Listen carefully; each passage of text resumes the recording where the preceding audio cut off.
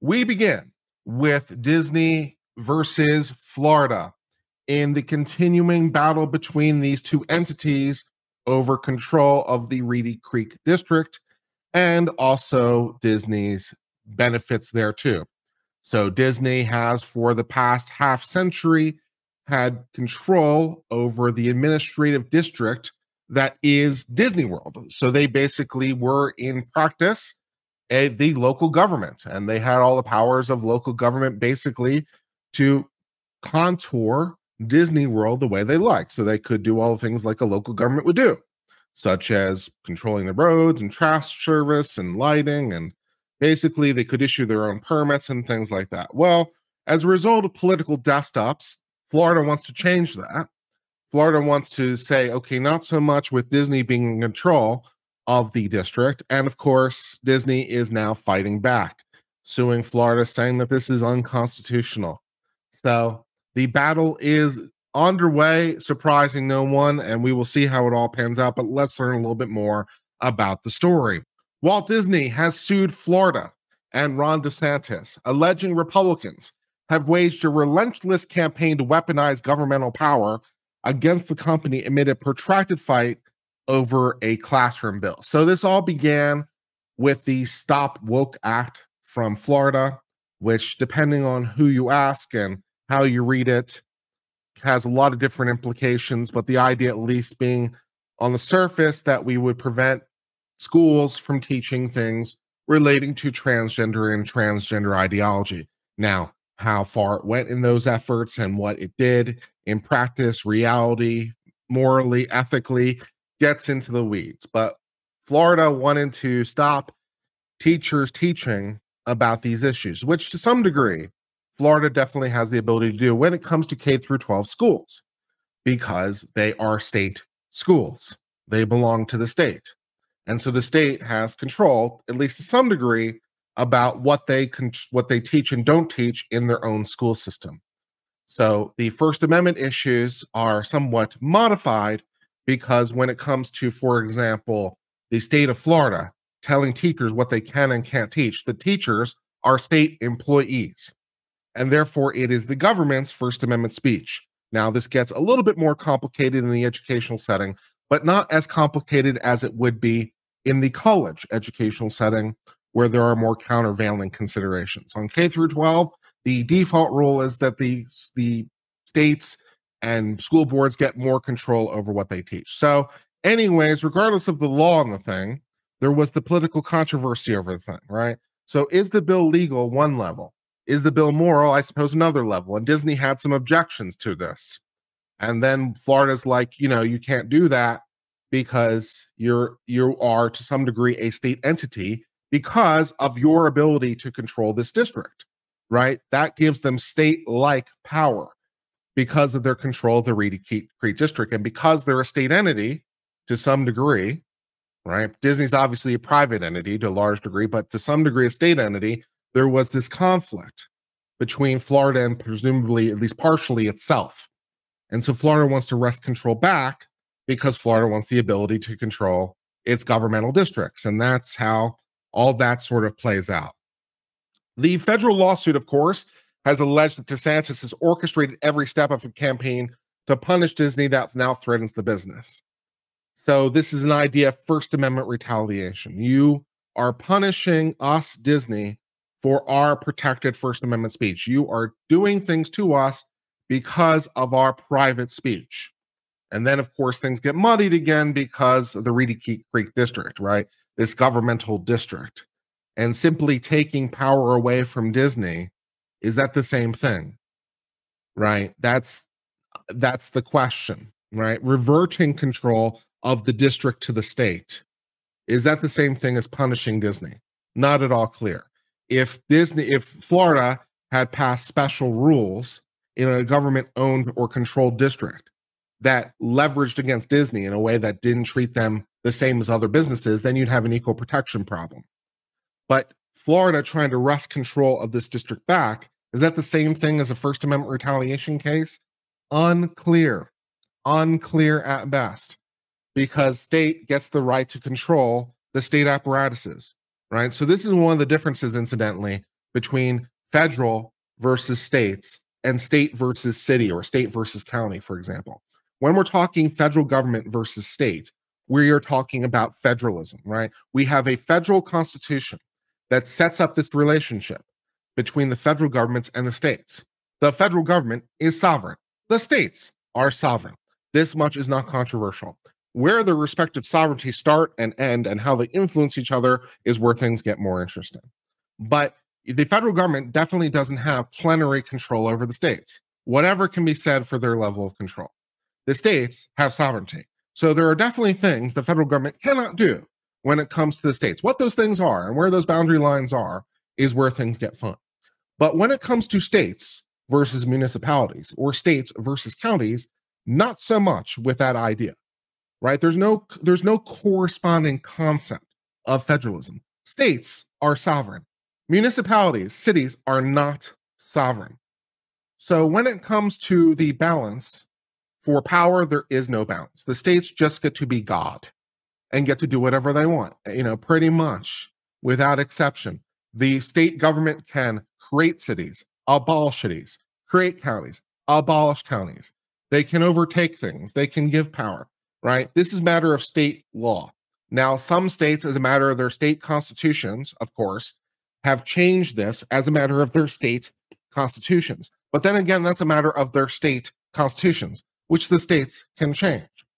So the states still have power over themselves. The states are the one restricting themselves when it comes to the state constitution, so they can stop doing that.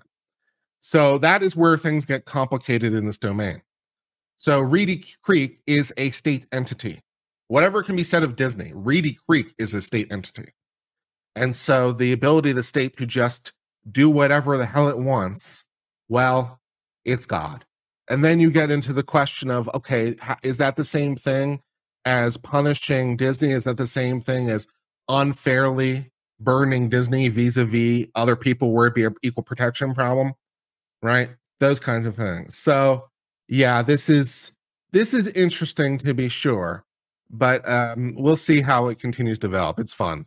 The move dramatically escalates the feud between DeSantis and Florida more properly, and of course Disney, which is among Florida's largest employers. The lawsuit was filed on the same day the District Board of Supervisors, which DeSantis had picked, to take over control of Disney Orlando parks, and that's not really quite accurate, again, because the issue is the governmental aspects. So not quite the same thing as taking over control of the parks, I'd like to take note. But the same day they took power and moved on to a development deal that Disney struck to thwart its power. So the panel unanimously voted to declare void and unenforceable the deal. So this was something that Disney tried to do to give itself power, right at the last minute. While Disney still was in control of the Reedy Creek District, the governmental entity, which is distinct from Disney, to be sure, there is definitely a difference between Reedy Creek and Disney. They might have some sort of relation to each other, but they are different things. So at the last minute, one of the last things that Disney did while it still was in control of the governmental entity of Reedy Creek was attempt to basically give Disney, the private entity, all the power as a matter of practical reality, right? They basically created this contract whereby until forever or until the rule against perpetuities kicked in, that Disney would have practical control over everything. And so the new board has obviously declared that void and unenforceable. So now you get into issues of contract, you get into issues of self-dealing, you get into issues of whether the contract is valid in the first place, which is typically a matter of state law. Contracts are state law. So can a state void a contract that it's in as a matter of its own state law, particularly with the whole self-dealing things? So lots of fun issues there. Disney has alleged the governmental action was patently retaliatory, patently anti-business, and patently unconstitutional. Yeah, maybe. Disney is asking the court to rule the board's legislative step was unlawful. In response, DeSantis has suggested the fight hinged on Disney's special tax and governance privileges, not political retaliation.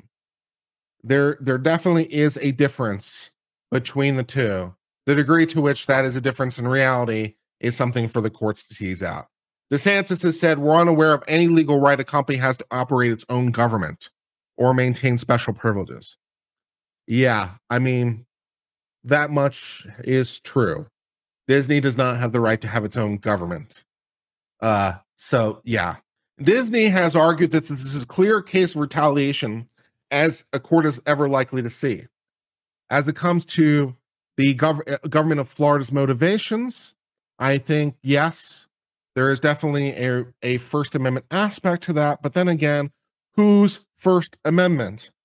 Because when it comes to the Reedy Creek District, well, that's the government's First Amendment. So, yeah.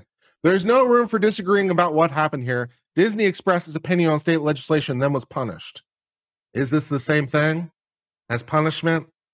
Disney's lawyers noted until a year ago, DeSantis had no issue with the self-government structure, Reedy Creek, which had been in place for half a century. The Reedy Creek District, created in 1967, gave Disney effective regulatory control over all the public services and functions in the 25,000-acre area. They were the government.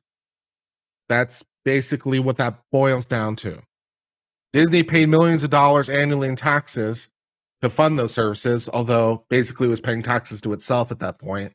So, yeah. In March, the newly picked board, now called the Central Florida Tourism Oversight District, which maybe not the best name for the thing, to be honest, but okay, said that Disney and line predecessors to strip them of their powers, which, you can't do, probably. You can't fundamentally strip the government of its ability to do things when it comes to being the government, right? The government has a fundamental power sort of to do what it will. And if they give you some leave to do things, then they can take back that leave, because fundamentally the power is in the nature of the government. It's a fundamentally governmental power. So these contracts, to the extent they were trying to prevent Florida from regaining its own power, that seems like that's an invalid contract. But then you get into First Amendment retaliation issues and blah, blah, blah, due process, all the rest of it, fun times. On Wednesday, the new board chair said the new body tried to work with Disney, but the company left them with a legal mess. That much is true. Disney picked fights with the board. That much is true.